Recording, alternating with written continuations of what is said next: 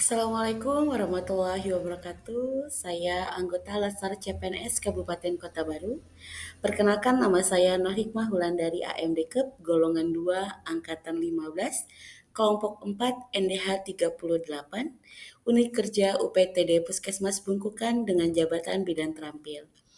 Di sini saya mendapatkan tugas dari Bapak Pengampu Materi, Bapak Dr. Andes Jenal Fanani, MED, tentang analisis isu aktivitas kinerja. Baiklah, sebelum saya memaparkan isu permasalahannya, di sini saya akan menjelaskan dulu uraian tugas Bidan Terampil berdasarkan Permenpan RB nomor 36 tahun 2019.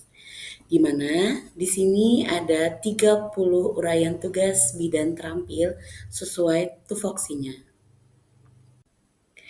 Ini saya tampilkan 30 uraian tugas tersebut, di mana dari uraian tugas bidan terampil tersebut saya dapat menyimpulkan bahwa pelayanan kebidanan pada masa kehamilan atau ANC, kedua pelayanan persalinan normal, pelayanan NIPAS, pelayanan bayi baru lahir dan neonatal, dan pelayanan kesehatan reproduksi dan KB, dan pelayanan kegawat daruratan kebidanan, serta administrasi dan dokumentasi, di mana uraian tugas bidan terampil tersebut akan selalu jadi pedoman kita sebagai tenaga kesehatan untuk memberikan pelayanan yang maksimal. Setelah saya paparkan uraian tugas tersebut, di sini saya mengidentifikasi isu berdasarkan tupoksi di wilayah kerja saya. Yang saya dapatkan yang pertama, kurang kesadaran dan pengetahuan calon pengantin dan pasangan usia subur mengenai konseling pranikah dan prakehamilan. Kedua, banyaknya kegagalan dalam kontrasepsi karena belum optimalnya kepatuhan aseptor KB dalam kunjungan ulang ataupun tata cara menggunakan kontrasepsi pil. Yang ketiga, kurangnya pengetahuan ibu balita tentang kesehatan anak, pentingnya imunisasi dan pemantauan tumbuh kembang anak. Yang keempat, rendahnya pengetahuan ibu hamil tentang kekurangan energi kronis. Yang kelima, kurangnya pengetahuan ibu tentang resiko tinggi kehamilan dan bahaya persalinan dengan resiko tinggi. Dari 5 isu permasalahan tersebut, di sini saya menganalisis isu menggunakan teknis tapisan APKL, yang dimana APKL itu adalah keaktualan, problematik, kekhalayakan, dan layak. Dari 5 isu tersebut, di sini saya mendapatkan 3 nilai tertinggi. Yang pertama, kurangnya pengetahuan ibu tentang resiko tinggi kehamilan dan bahaya persalinan dengan resiko tinggi. Yang kedua, kurangnya pengetahuan ibu balita tentang kesehatan anak, pentingnya imunisasi dan pemantauan tumbuh kembang anak. Dan yang ketiga, rendahnya pengetahuan ibu hamil tentang kekurangan energi kronis atau KEK. Baiklah, setelah kita menggunakan teknik APKL, di sini saya lanjut menganalisis isu permasalahan tersebut menggunakan teknik USG, di mana dari 3 permasalahan ini kita dapat menilai tentang tingkat urgensinya, keseriusan, dan potensi pertumbuhan masalah tersebut. Di mana dari isu permasalahan yang saya ambil, terdapat nilai tertinggi atau ranking pertama, yaitu kurangnya pengetahuan ibu tentang resiko tinggi kehamilan dan bahaya persalinan dengan resiko tinggi. Setelah menggunakan metode WSG tadi, kita mendapatkan pokok permasalahan, yaitu kurangnya pengetahuan ibu tentang risiko tinggi kehamilan dan bahaya persalinan dengan risiko tinggi. Di sini saya menganalisis kembali menggunakan pohon masalah agar mendapatkan faktor-faktor penyebabnya.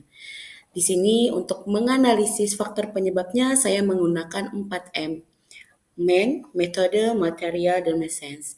Di mana setelah menggunakan itu saya mendapatkan faktor-faktor penyebab dari permasalahan tersebut, yaitu pertama, kurangnya pelatihan atau edukasi bagi ibu dan keluarga tentang resiko tinggi kehamilan dan persalinan. Yang kedua, kurangnya materi atau contoh edukasi yang tersedia untuk ibu. Yang ketiga, kurangnya sosialisasi atau pendekatan yang efektif dari tenaga kesehatannya. Yang keempat, kurangnya penggunaan teknologi atau platform untuk menyebarkan informasi tentang bahaya atau resiko tinggi tersebut.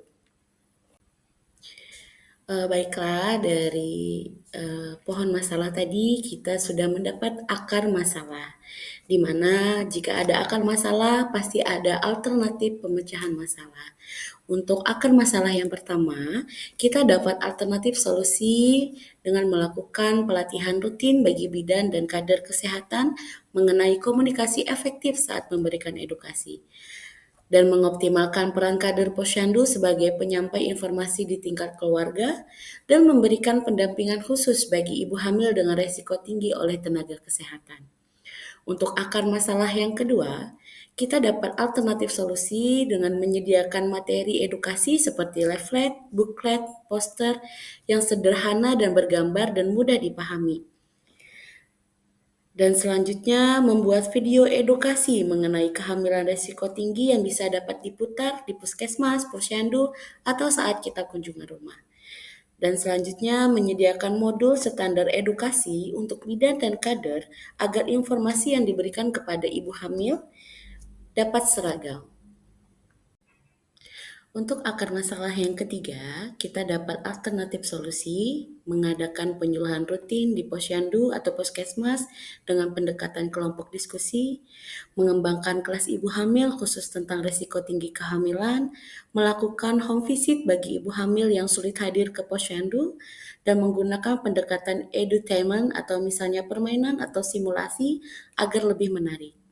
Untuk akar masalah yang keempat, kita dapat alternatif solusi menggunakan media sosial untuk menyebarkan informasi, membuat aplikasi sederhana untuk konsultasi kehamilan risiko tinggi, memanfaatkan audio visual ruang tunggu puskesmas atau puskesdes dan klinik, menyediakan SMS reminder tentang pemeriksaan kehamilan dan tips risiko tinggi. Sekian presentasi saya tentang analisis isu efektivitas kinerja individu. Semoga bermanfaat kepada Bapak Dr. Andes Jainal Fanani MED. Terima kasih banyak. Wassalamualaikum warahmatullahi wabarakatuh.